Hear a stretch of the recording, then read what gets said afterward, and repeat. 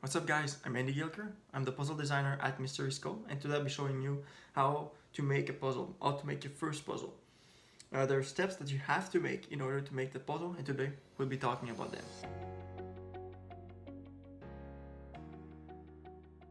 So the first one, the idea. You can gather a lot of ideas, things that you like, things that you see that you wish could be a puzzle. It could be an object, let's say if you want a camera to look like a puzzle. It could be like another look. You could see a boat and you wish that that boat would be a puzzle. There's a lot of things. Get all your ideas and write them on, let's say, a Word document. That's what I do. And what you want to do with the idea is to get as precise as possible.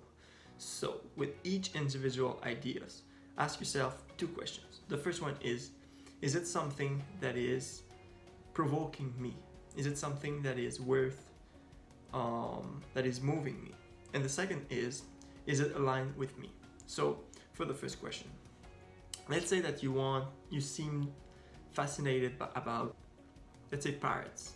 It's not something that is triggering me. It's too abstract. I want to dive down and say, what is interesting or provoking me about pirates? Oh, I like the pirate boats. They were awesome, I think. I like the romance around a bunch of guys going at sea. They become really close, especially in case of storms and stuff like that. For me, those two things really come out of the bunch from pirates. The two things that are provoking me. For the second question, is it aligned with me? Second question, let's say for pirate boat. For me, it's more aligned with me to work about pirate boats than work about romance. I prefer the pirate boat. So I can take that idea and can move on to the next step. Get that idea as precise as possible. What is about the pirate boat that is so interesting? What is the look? What is the feeling that you have when you think of it? What is the different games that you can incorporate in a pirate boat? What could be the beginning? What could be the punch? What could be the final part? What is the resolution sequence? What are the different games? So you write down and you try to get it almost as if this object already exists. So all the sails of the pirate boat can be removed and there's cues on the sail. Let's say you run and write down everything to get it as precise as possible, and something that still triggers you and something that's aligned with you. The second part is the engineering. Don't worry, it's rather easy as long as you did the first one completely and really you dove deep into the idea. Second part is, first you want to make the conception plans. So make sketches, make drawings from looking at front, looking at the top, looking at the sides, looking at the bottom, looking at the back. The reason is, when making your drawings, you're gonna see that some parts doesn't fit together. Let's say that two parts have to be in the same place.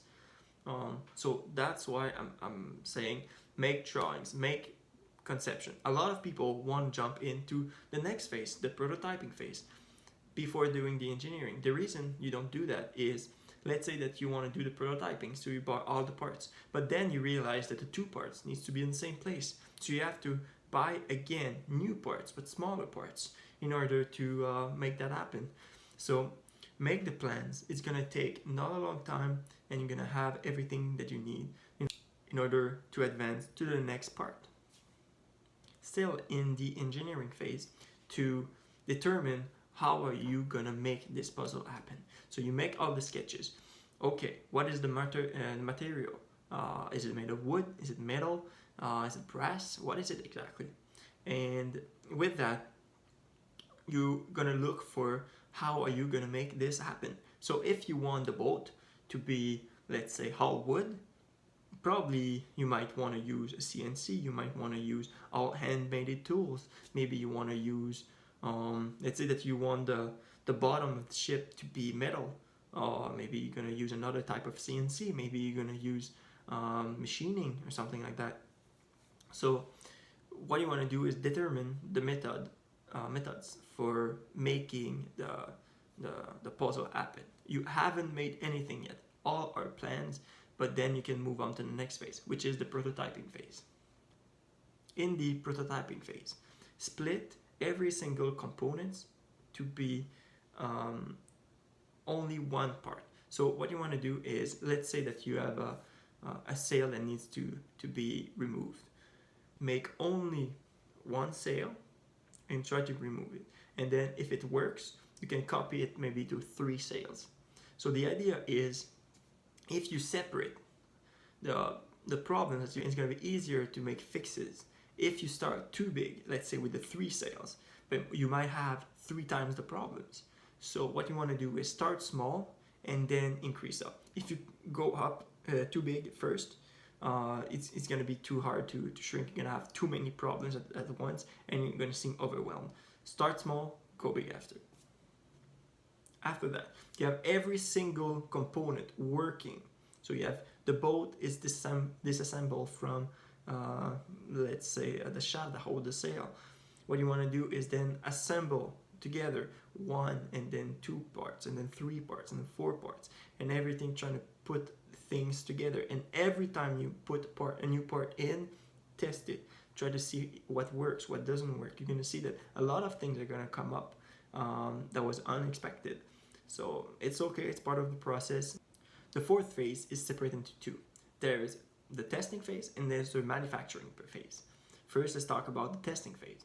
What you want to do is, as soon as possible that you have a prototype working, get it in hands of people who would want to try your puzzle. And everyone would be would find bugs and stuff that shouldn't happen. Sometimes I had puzzles that people find other solutions that were not designed, and that's interesting because that gives you an idea of, do you want 2 solutions, 2 ways to get to the final completion? Do you want only one way?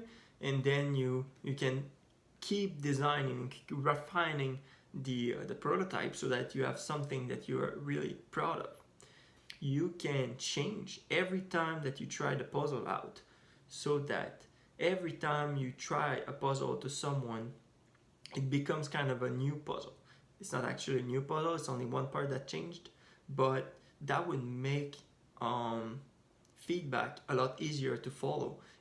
The reason for the change is that you get incrementally better.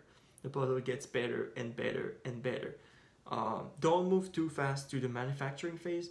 Start testing it, and testing, it's really a good it's the best way to make a great puzzle, is the testing. Bad testing, bad puzzle. Good testing, good puzzle. For the manufacturing phase, you have your puzzle, you know how it's made. What you want to do is make a list of every single part that you need, the quantity that you need, and that would give you about the price that it would cost.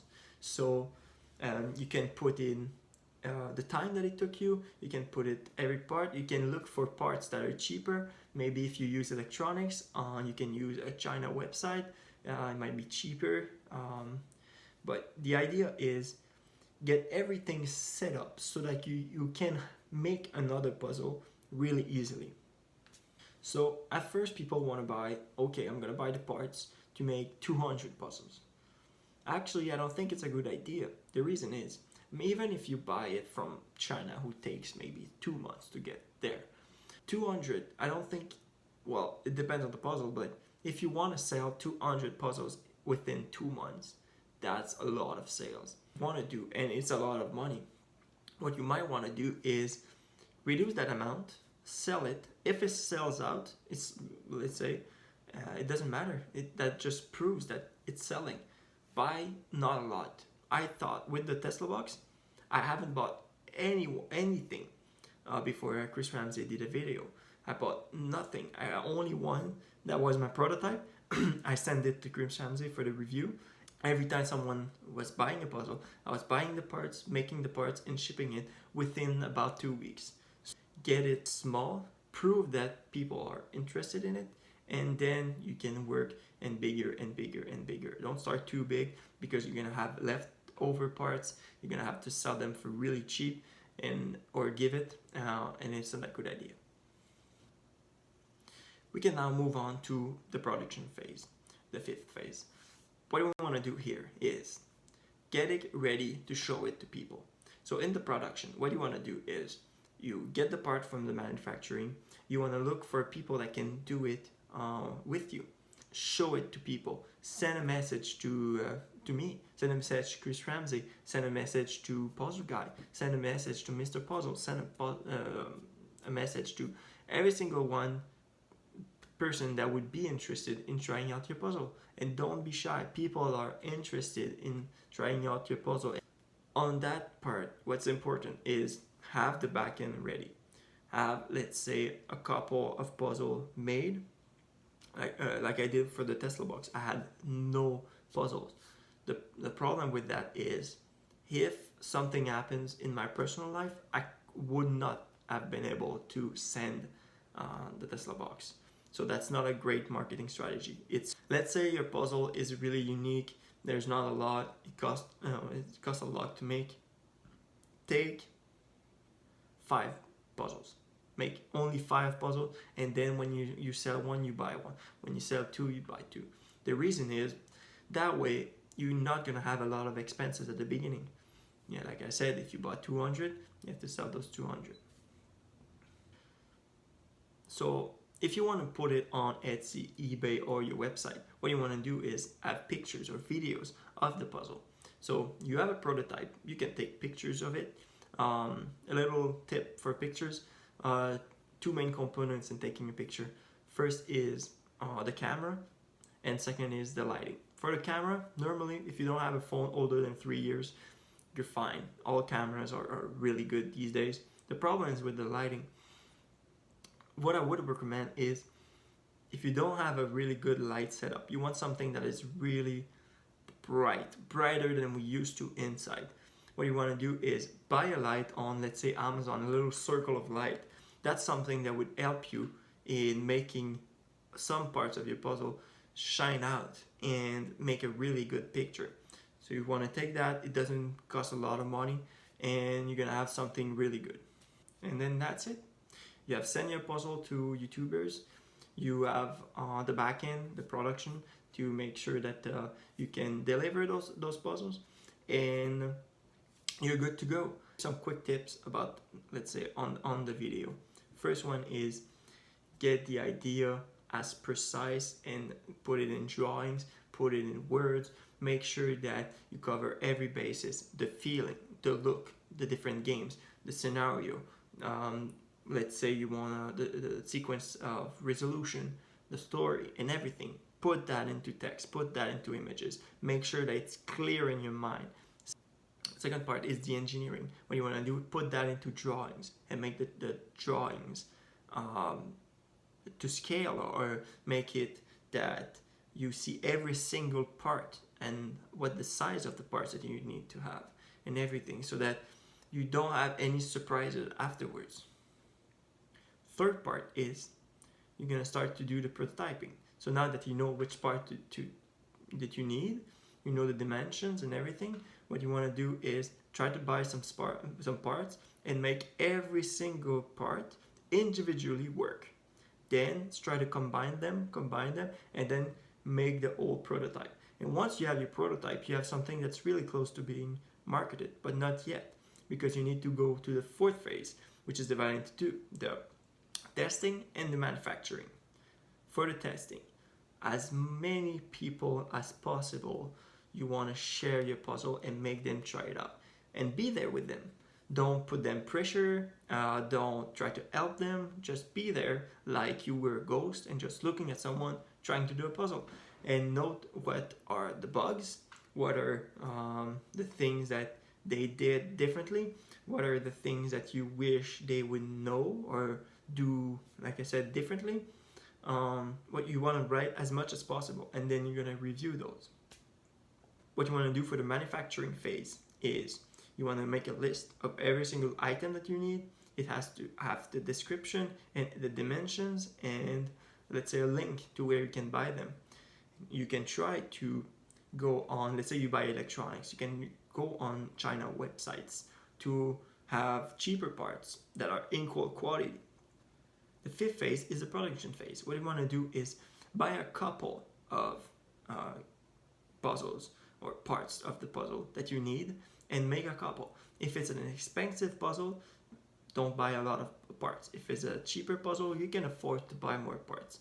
Don't spend a lot of money. Go small and then incrementally larger. Don't start with 200 puzzles if you don't know how to sell them. And within that production phase, what you want to do is contact YouTubers, contact people that are making puzzle, contact escape room owners. Try to contact people that would be interested in trying out your puzzle. There you go, guys. You have every single part that I use in order to make my puzzles. It's something that I refine every time that I make a new puzzle. I add some stuff, I move some stuff around. Every single step that I take is in a Gantt chart, in an Excel spreadsheet.